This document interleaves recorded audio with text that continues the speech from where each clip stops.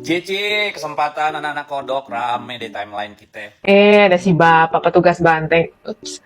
Anyway, bapak ngajak ngomong anak kodok. Emang ada anak kodok main TikTok, Pak? Rame deh jagat maya dengan buzzer-buzzer yang mempertanyakan, oh dinasti di PD Perjuangan, bla bla bla.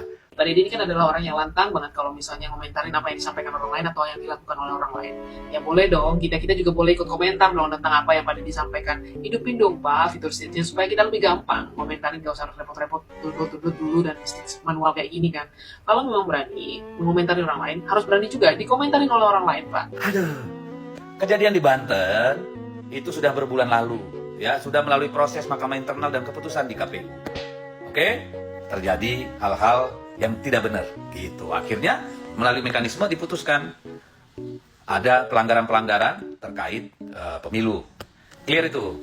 Jadi itu jauh sebelum insiden di Lemhanas di mana orang itu menyerang, katakanlah mengkritik secara langsung juru bicara KPK.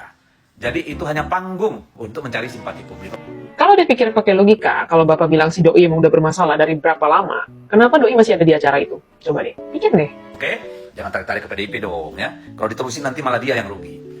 Kenapa nggak berani diterusin, Pak? Katanya dia yang rugi. Ya udah terusin aja, kalau emang bener ngapain takut untuk nerusin? Aneh. Lalu ada keributan nih.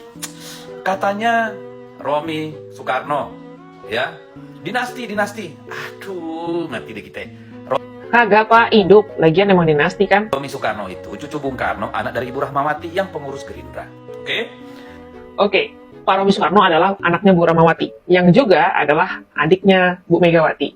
Yang artinya Pak Romi Soekarno adalah keponakannya Bu Megawati. Dan lagi pula, apa hubungannya Bu Rahmawati yang udah gak ada dari 2021, udah beristirahat dengan tenang dibawa-bawa coba?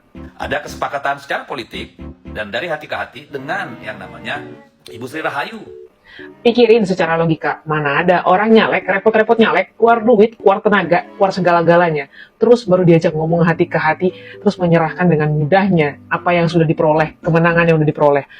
Kalau misalnya tidak ada sesuatu. Oke? Beliau berkenan memberikan jalan bagi Bung Romi, ya, dan itu diizinkan oleh pimpinan partai. Karena apa?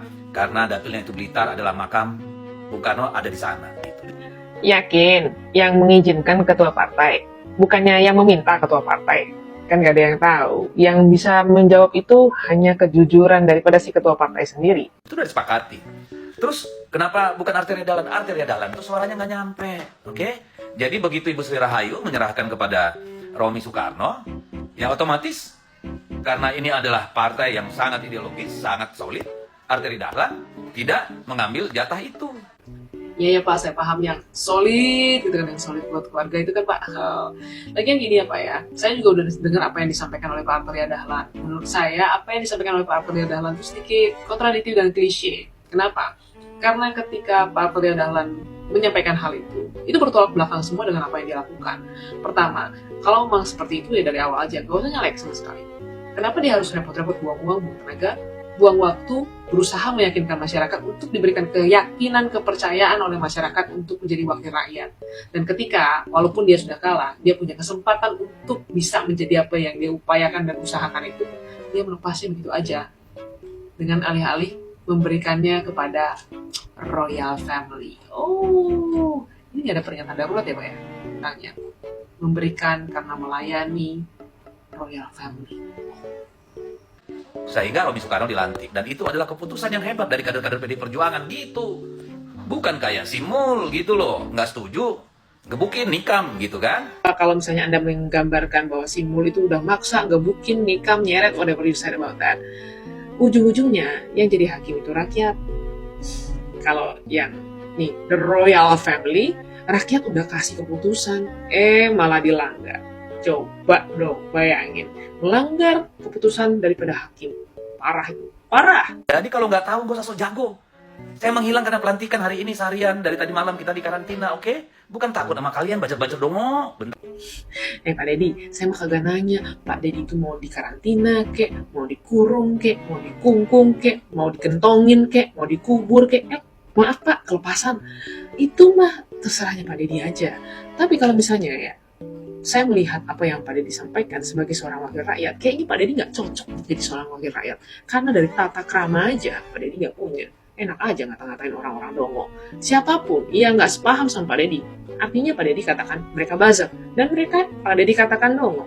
Aduh, gini kualitas wakil rakyatnya, yakin bisa mewakili rakyat dengan baik. Kalau misalnya tata krama aja nggak punya. Lagi pada nganggur deh semua. Oke, jadi kalau ada yang bilang dinasti, lihat dong gitu ya.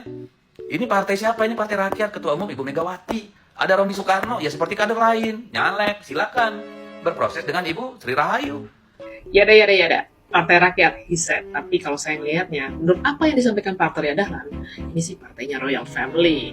Kalau misalnya memang mau berproses seperti apa yang Pak Deddy sampaikan, ya udah legowo, terima kekalahan. Kalau nggak dipilih sama rakyat, nggak usah pakai acara ini itu lagi. Memang yang udah menang, yang dipercayakan rakyat, ya biarkan dong mereka menerima dan menjalankan amanat rakyat. Itu baru benar, jangan membenarkan hal yang yada. Arteria Dahlan, silakan. Saya enggak. Saya ingin keluarga Bung Karno juga di situ. Lah, itu keputusan mereka. Urusannya apa? Emang ada dipaksa-paksa? Jangan suka ngawur kalau nggak tahu, oke? Aduh, payah lu, fafa lu semua. Oh iya Pak Deddy Sitorus, sebagai sesama manusia yang hidup di dalam kasih Allah, saya hanya ingin mengingatkan saja sebagai sesama manusia loh ya. Kalau misalnya Pak Deddy Sitorus habis bikin VT, jangan lupa lakuin sakramen tobat. Soalnya kagak ada satu VT pun yang tidak ada kata umpatan, kata benci, dan rasa benci. Itu bukannya tidak diajarkan ya oleh Kristus.